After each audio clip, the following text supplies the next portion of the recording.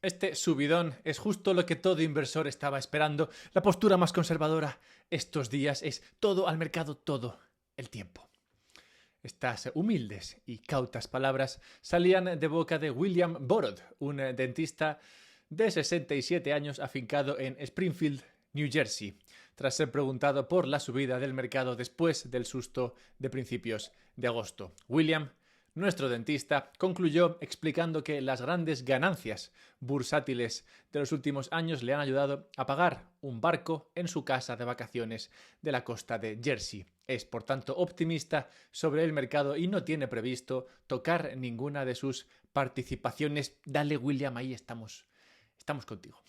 No es de extrañar que esta sea, digamos, la opinión o la postura más común dentro del mercado de los inversores en la bolsa, pues el mercado ha aprendido que la fiesta no puede parar, que no dejarán al mercado caer y, por tanto, se pueden lanzar all in con la confianza de un dentista acerca de la jubilación.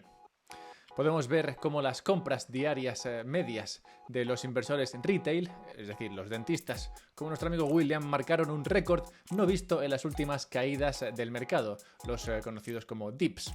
Bueno, pues digamos que en este dip de agosto, los retailers entraron con todo. Esta entrada no se vio tan fuerte ni siquiera tras la caída del 2020, una que sí compraron los fondos de inversión más profesionales. Un mes después, la situación, es verdad, se ha enfriado algo, pero es claro que el escenario actual sigue destacando por la fortaleza del retail, que sigue cada día metiendo dinero al mercado esperando que este esfuerzo tenga su recompensa en la forma de un bonito velero. El problema es que parece que esta vez los grandes fondos no están acompañando a los retails y no hay nada más peligroso que salir a navegar solo.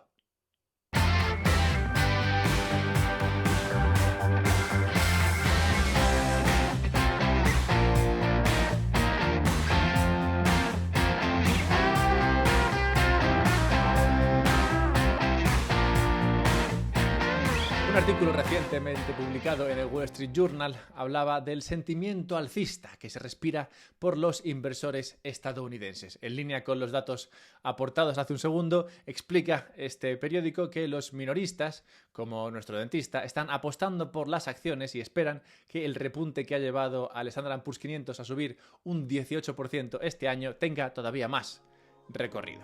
El auge del mercado bursátil, dice el periódico, ha creado millonarios, contribuyendo a aumentar considerablemente el patrimonio neto de muchos estadounidenses. En el segundo trimestre, el número de cuentas de jubilación en Fidelity Investments con un valor mínimo de $1 millón ascendía a 497.000 cuentas. Según datos de la empresa, esto supone un aumento del 31% respecto a hace un año y un récord. Medio millón de personas con más de $1 millón solo en cuentas de jubilación, invertidas por tanto en acciones, y solo usando datos de Fidelity Investments, que es un broker de tantos.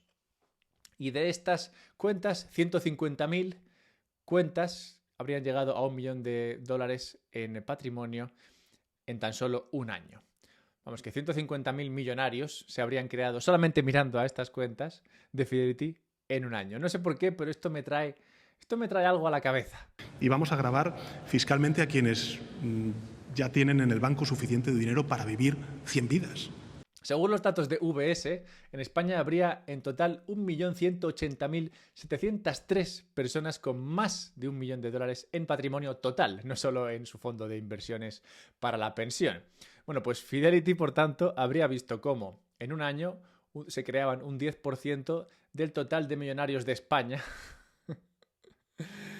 Y solamente usando los datos del fondo ese de jubilación. Es acojonante. Bueno, espero que esto dé perspectiva a las cosas. Bueno, Estados Unidos crea riqueza, eso lo sabemos todos, pero concretamente el retailer, el dentista y sus compañeros de por allí lo saben. Y de hecho, es muy posible que sean quizás demasiado conscientes de la riqueza que generan y de cómo esa riqueza se ve luego reflejada en la bolsa.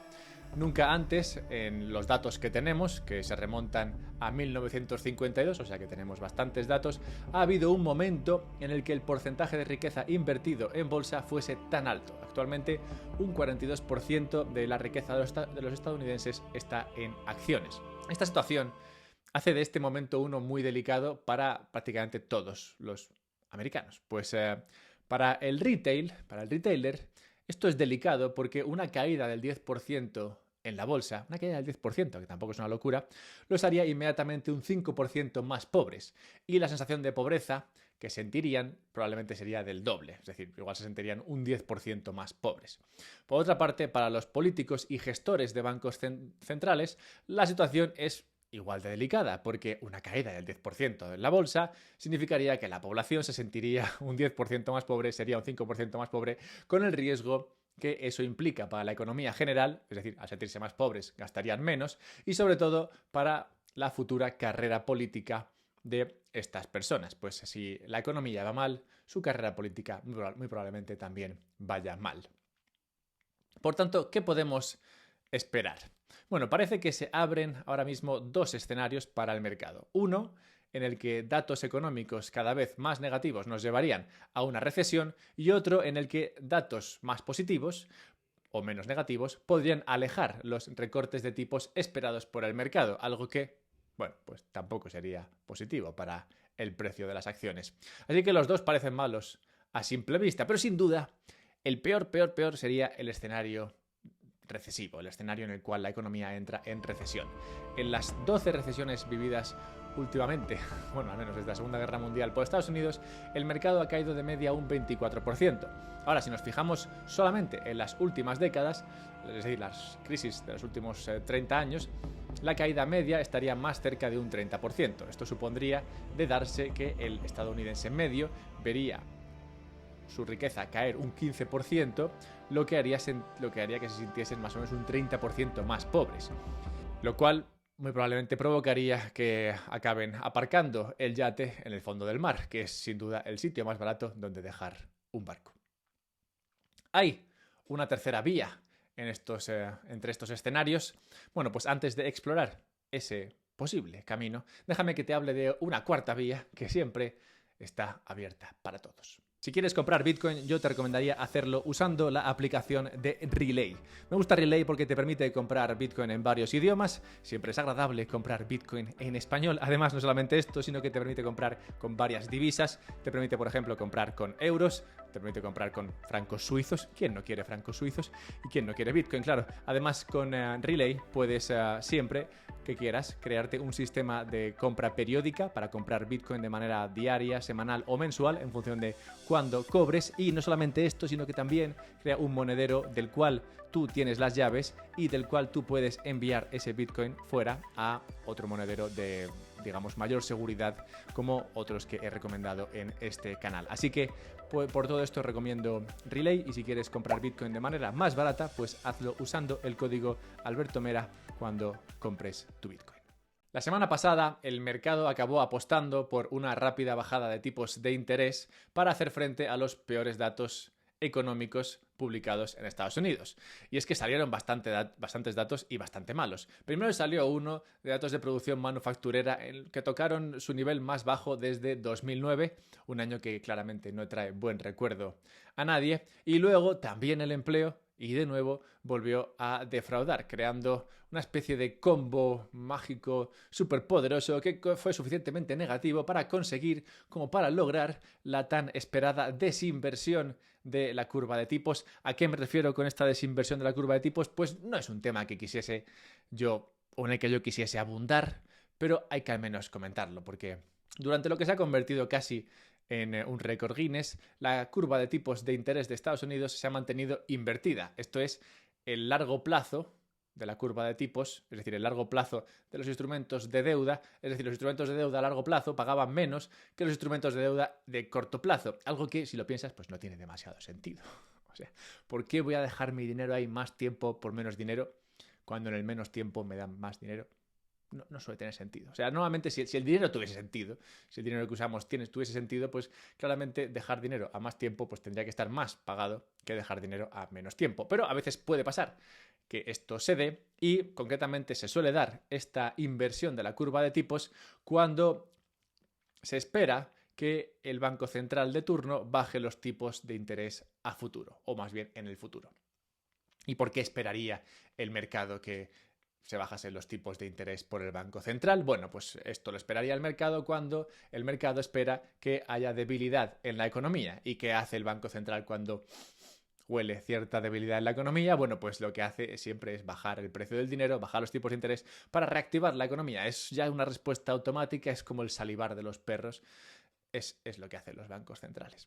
Bueno, pues por fin, tras meses con la curva invertida, tantos meses que ya la gente yo creo que ha perdido la cuenta, la semana pasada se desinvertió. Es decir, el 2 años o los instrumentos de deuda, concretamente el bono estadounidense a 2 años, pasó por fin a pagar menos interés que el bono a 10 años. Se puede leer la curva de tipos entre el 2 y el 10, entre el 3 meses y el 10, o entre el 3 años y yo que es lo que tú quieras. pero la más típica es entre el 2 años y el 10 años. Bueno, pues esta fue la curva que se desinvertió por fin. Y esto se dio porque el mercado se puso a comprar bonos a 2 años como loco. Pues ve claro, ahora sí lo ve claro, que los tipos de interés van a bajar y lo van a hacer rápidamente para hacer frente a esos malos datos económicos que he comentado, esos datos que salió la semana pasada, tanto de manufactura como de empleo. ¿Quiere esto decir que nos veremos abocados a una recesión? Es decir, esos datos malos económicos que han empujado a este 2 años por fin a bajar para que la curva se desinvierta, ¿quiere esto decir que vamos a entrar en una recesión, que todos los datos nos están llevando a una? Pues a ver, sí y no. Porque la historia nos dice que siempre que se produce una desinversión de la curva de tipos, es decir, siempre que la curva está invertida y luego ha dejado de estarlo, llega una recesión. Pero, ¿qué es lo que no nos dice la historia? La historia no nos dice ni cuándo se produce esa crisis o esa recesión, ni tampoco por cuánto tiempo. Tú puedes tener una curva invertida durante muchísimo tiempo y luego una recesión de 2 semanas, o al revés, puedes tener una curva desinvertida durante 15 minutos, o sea, invertida durante 15 minutos, y luego de repente se desinvierte y luego tienes una crisis de 2 años. O sea que realmente esta desinversión que ha seguido a la inversión de la curva más larga en décadas, pues no nos dice nada sobre realmente qué podemos esperar, más allá de que, bueno, sí, es posible que una recesión venga en algún momento. Pero esta incertidumbre, curiosamente, nos sostiene o nos permite elaborar perfectamente la posibilidad de que nos encontremos en esa tercera vía. Esa vía que no es una recesión ya mismo, ni tampoco esa vía que es, bueno, ahora todo empezará a ir bien ya mismo y aquí no ha pasado nada. Esa tercera vía sería una en la cual veríamos debilidad en septiembre, pero no una caída sostenida a los abismos. Y tiene sentido esto, porque septiembre es un mes en el que prácticamente se está juntando todo lo que normalmente pasa en septiembre y lo que está pasando concretamente en este momento. Se está juntando todo para que veamos este escenario, uno en el cual septiembre sea malo, pero luego la cosa no sea tan mala, tan mala. Y es que septiembre, concretamente la segunda quincena de septiembre, es el peor periodo bursátil de 2 semanas del año para Standard & Poor's, históricamente. De hecho, desde 1928, la rentabilidad media de Standard & Poor's es negativa en los últimos 10 días de septiembre. Los inversores profesionales además están aprovechando este septiembre concretamente para vender al retail, que sigue comprando como nuestro amigo el dentista. Y es que sabemos todos qué pasa con el retail. El retail nunca gana a la larga. Esto es como ir al casino. Además, en este septiembre concretamente, estamos viendo que los inversores profesionales están aprovechando para venderle al retail todo lo que se quieren quitar de encima.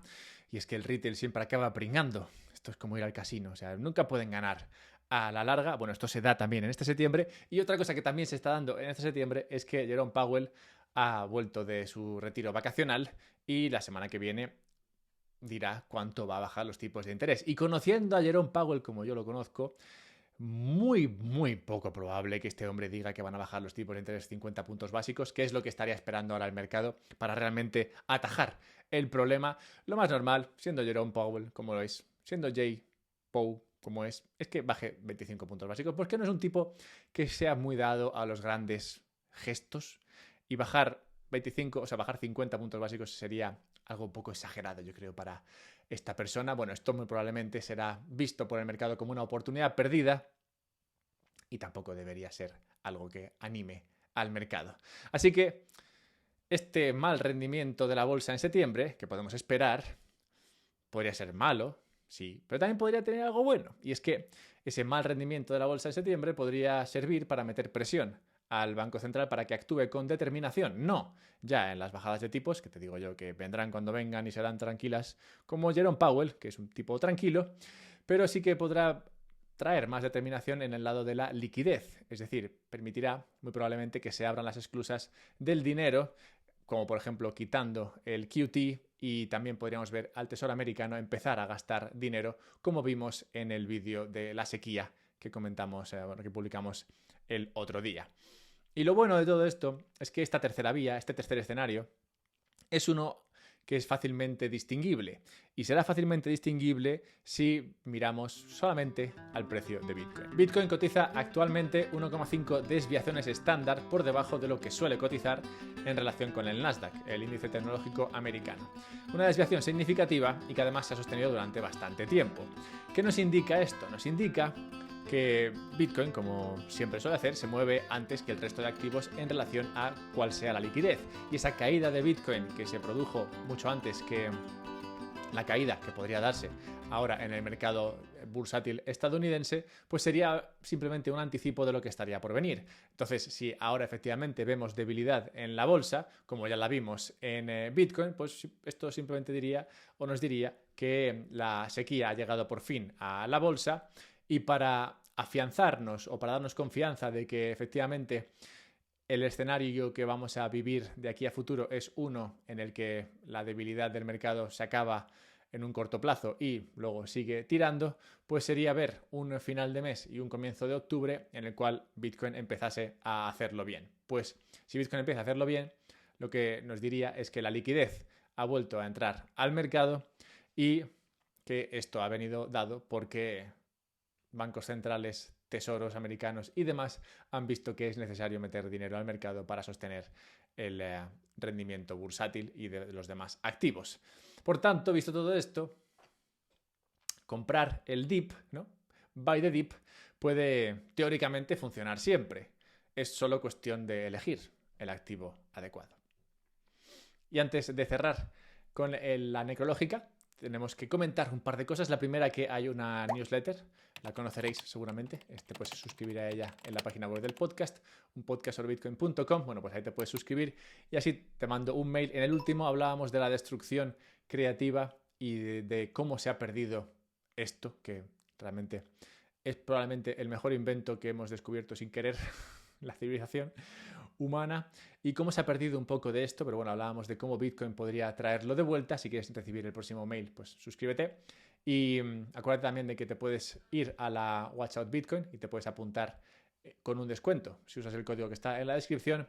Y cerremos con la necrológica recordando la muerte en tal día como hoy de Mao Zedong. Como sabéis, Mao Zedong, el que puso de moda el partido político comunista en China e instauró este régimen político que todavía se sostiene en la gran China.